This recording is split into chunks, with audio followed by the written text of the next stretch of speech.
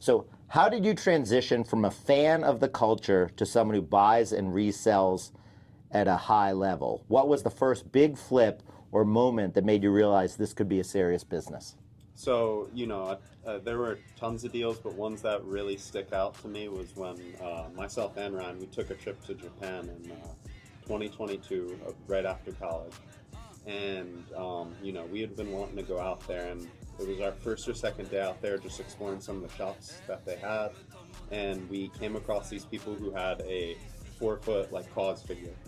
And, we were interested in this thing. We had never bought it. There were pictures online, only 100 of them made in each color, so we did our research and stuff, and then we ended up getting it for like an absurd price of, it was like 37 or 38,000.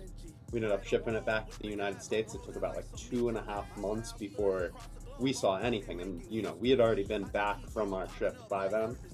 It came in, we had it for about 1 to 2 weeks, and we ended up getting $118K for it after we drove across the country to Ohio to deliver it. You delivered it to Ohio? Yeah, hand delivered it in a truck, and like that for sure was like the play where, we had sold separately for years, but on that it was like, we've been reselling alongside each other. Like we've always done deals together, and like this was one where it was like, all right, like let's go on this and take this chance, and like it paid out amazing, because it was just like we had never sold anything like that, and it was just like, wow, like if we can sell a vinyl plastic figure for that much money and import it across the country, anything's possible. Amazing, amazing.